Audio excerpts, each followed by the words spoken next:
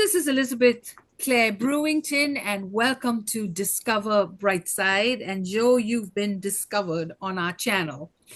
We're so excited, and many of you have seen Joseph S Sanchez on this channel, and he is here to talk about his new book that he's launching, Reinvent Yourself.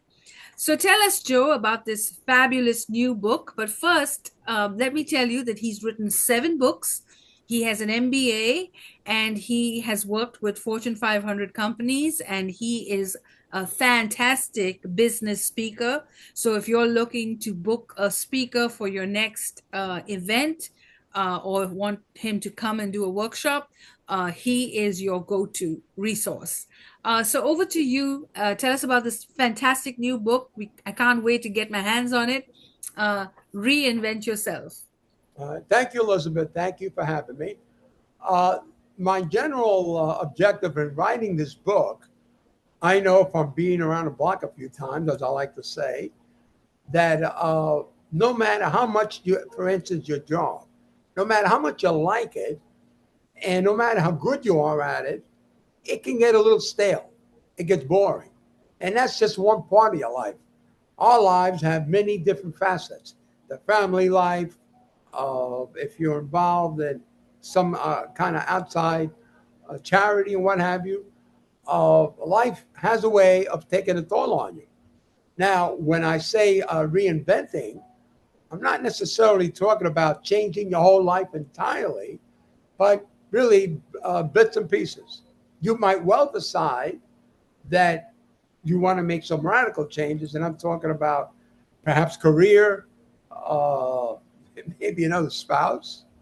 I said half in jest, uh, but you might want to add to your family, and that there's a lot of different ways. And what I try to accomplish with this book is to give you a roadmap, give you direction like a coach, to guide you along the way how you can make changes to improve your quality of life and make you happier, no matter what you decide. To some people, success is not just about money. It's about being happy at what you're doing, have a more fulfilling life, and able to kind of do things for other people. As Einstein said, we were all put on this earth to help others. And I firmly believe that.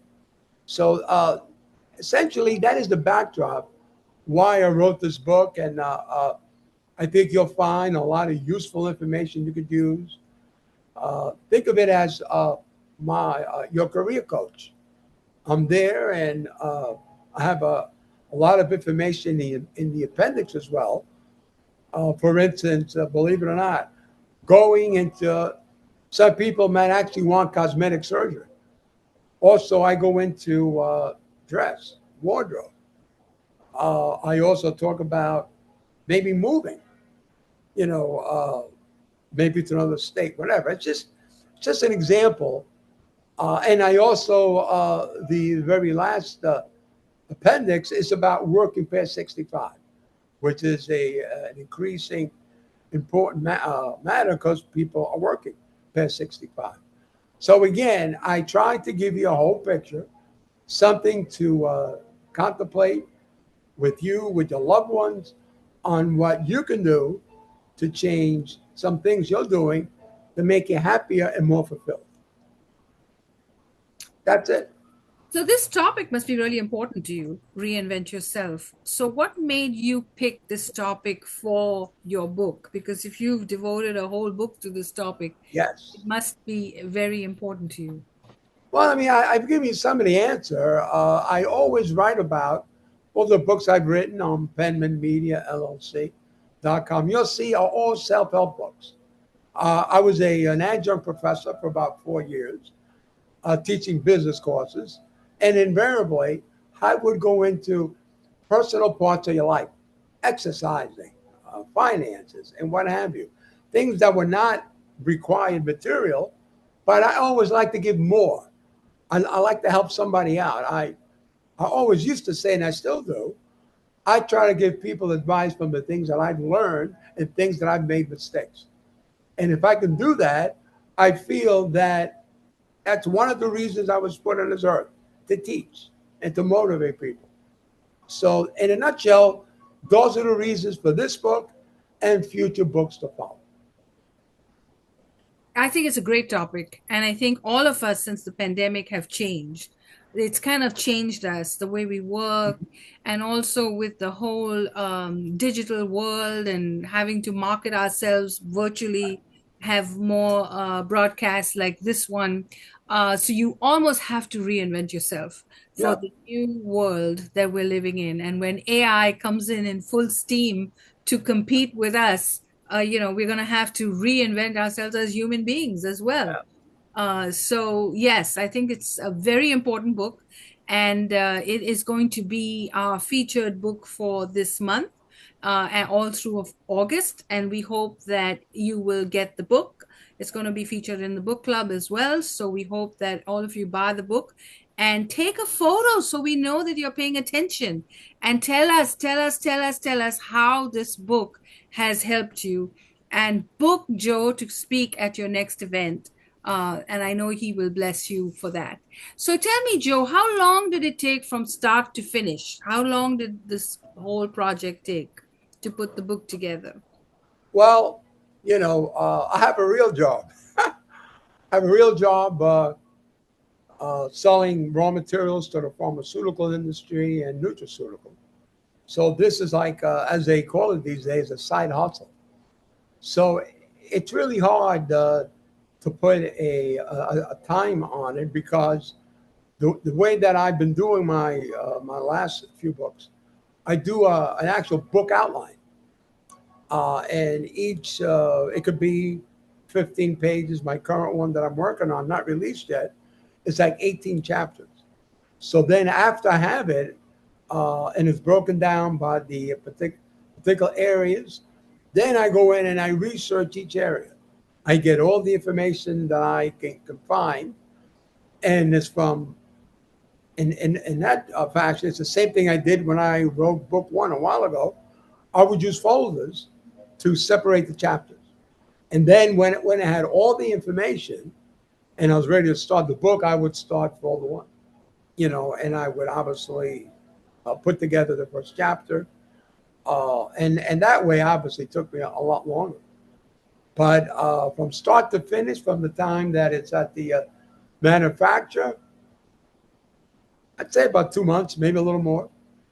Uh, and again, there are a lot of steps in between. I the first draft, then the second draft, then invariably I'll think of something else, and then I've done a few times when I had a manuscript completed, and I got another idea, and guess what I did? I put the manuscript aside and worked on my new bright idea.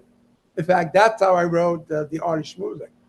I had a manuscript prepared, and I'm always reading and researching. And I read something about schmoozing. I go, that's it. That's it. So within a day or so, I had an outline for that book, which I did. But again, I enjoy the process. I can't say it enough. I enjoy the process of getting excited about a topic, doing research, discovering, talking to people about it. Last night I was at a concert, and I was talking to somebody that within our group about my next topic, and wanted to know what she thought and what have you. And these are things that I try to do, because sometimes you get kind of tunnel vision and you don't see things outside, your domain. So again, I get excited. That's awesome. So I asked you this question last week, and then we had to cut off because we were having the audience coming in. So, did you experience writer's block, or did you have a time when you were so excited about the book, but then you had some obstacles along the way? Well, I'm going to answer quicker than I did last week. The answer, yes and no, no. Some people that write find it hard to believe. And as I indicated, even though I wrote a book a long time ago, okay, which I sold primarily to schools and libraries, was called Increasing Sales Effectiveness. So that I kind of described to you how I put that together with the folder. Then, oh man, time flies. 5, 6 years ago? No, more than that. Anyway, I got the bright idea to write lyrics for songs. So on that, I would literally, by the way, I would write a set of lyrics for a potential song every day, 7 days a week for at least 3 years until I slowed the process. And I did get a couple demoed. One of them I almost sold, but I did not. Now, the reason I bring that up, I would literally, within a few minutes, the minute I would sit down, I would have an idea. I hit the ground running. And the few times I didn't, I would, and I told the story where I would just start writing. I went to the amusement park and I sat in a roller coaster, and the thing went up to the clouds and the moon, and then there was a, a monster sitting in my back seat, just really wild. And you know what? Not too long after, I got an idea for a song. So that was kind of my little trick. But no, I never have. I guess uh, I've been fortunate. I also told a story when my education is in business, my undergrad and grad, nothing with writing, nothing with creative writing or nothing. And yet, freshman English, the professor said to me that I should think about writing books, which I thought was utterly absurd. And and to this day, I say, what did you see? That I didn't see. Now, obviously, it was many years later than I wrote my first. But to answer your question, no. I have a sister that's been a journalist, a good one for a while. So maybe I could say it's in blood. I don't know. You're natural, a Yeah. natural plain writing. So, what were some of the victories? What were some of the joys of writing this book? And tell us if you had some great victories. Well, as I said, I'm not complaining. I've never devoted all my days to writing the book.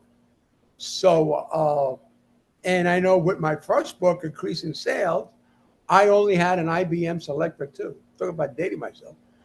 And my first copy, I actually wrote by hand. And what I would do when I would come home from work, uh, our daughters were growing up, so my wife would take the car, go to work, the old bit with daycare. So by the time I would get home, maybe 8 o'clock, I'd eat, and I would work on a book for about an hour or two, and I would do that 5 days a week. So that was a challenge, but you know what? I was determined to do it. Now, from the time I started to the time I had the manuscript ready for the book manufacturer was about a year, and that includes rewriting. I hired an editor. I hired a typesetter. So it took a year, and I thought that was good. The finishing touches, we went on vacation down the famous Jersey Shore, and I made a deal with my wife that I would bring all my stuff and work on my book till 1 o'clock, and then after that they had me. We'd go. The girls were happy because they liked the pool anyway. So that's how my wife would take them to the pool. And then we'd go to the beach and all the other events. So in retrospect, I think that was my toughest challenge as far as writing a book. And I never doubted myself. I got it done. I got some good reviews, as I said, that went into libraries and schools. Wow, sounds like such a like you've got such a great process, and you're so organized that you Well, are I've committed. learned. You can't I've finish a learned. book if you don't give it the time that it needs to. So, did you Yeah. have to do a lot of research? Did you have to Yeah. do this Well, on? keep in mind then, I'm trying to think. God, time flies. I don't think I had a computer then. God, I mean, yeah, I'm not. I'm a relic. No, I would go to the library and I would, do research. I got a lot of government information. I remember, I think it was called the Center of Productivity. At the time, was in Houston, and I spoke to a government employee. She was just great. I waited. She sent me 5 pounds of material. I couldn't believe it. And then she would call me, want to know if I needed more. I go, no, I have enough. But people like that. And then I spoke to Washington also. I used to have a book which basically listed all the different experts, among other things, in the government, and in different industries, different countries, and what have you. And I remember getting information from them. Yeah, so the research process was definitely a lot longer. Now, of course, I use the internet. Yeah, I have a lot more tools now, which is probably the reason I can bang out more books than I did in the past. But you know what? It's a process. I should mention that I used to like to do term papers in college. Now, what one of the few, because I remember the finance guys in accounting, they would just shudder at the thought of having to do a term paper. You know, uh, no, so I guess even now that I'm talking to you, I guess I realized that it's kind of in my blood. You know, Yeah, I think so. 7 books yeah, later. and Yeah, more to follow. that's awesome. That's awesome. So yes, before we wrap up, would you like to just give us 5 tips for reinventing yourself? And then we'll tell them about where to get the books from and all the great stuff with the new book launch. Well, I always keep things simple. The first thing I always talk about is your attitude. No matter what you do, I don't care if you sell widgets or whatever, you have to have the right mindset. Again, everything starts and ends between your ears. You can't blame anybody. Believe me, I don't want to say that I was poor or anything, but I had a very modest upbringing, and still I've been able to accomplish some nice things. Why? Because my mother kind of motivated me, and I was always a reader of self-help books and people that were successful. I think that's a great way to learn. And and really, what I always look for, everybody has setbacks, and I was curious what they did to bounce back from such, I don't want to use the word failure, but setbacks. So again, I learned at an early age that it's about an attitude.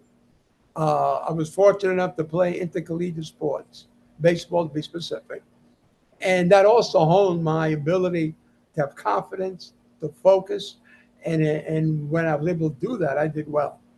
So again, I can't stress that enough. I'm going to boil it down to a lot less than 5. The other thing is diet. If Mm-hmm. you look at my book, Soar Like an Eagle, I cover 21 points that you could do to enhance your quality of life. And I go into finance. I go to your home life with your family. I go into exercise and stretching. But the thing I also mentioned, which I've been doing since grad school, is meditation. I believe that you need to quiet your mind. We all have those little demons inside of us. We all have them. And the thing is to get them under control. So it's diet, meditation, and then obviously exercise.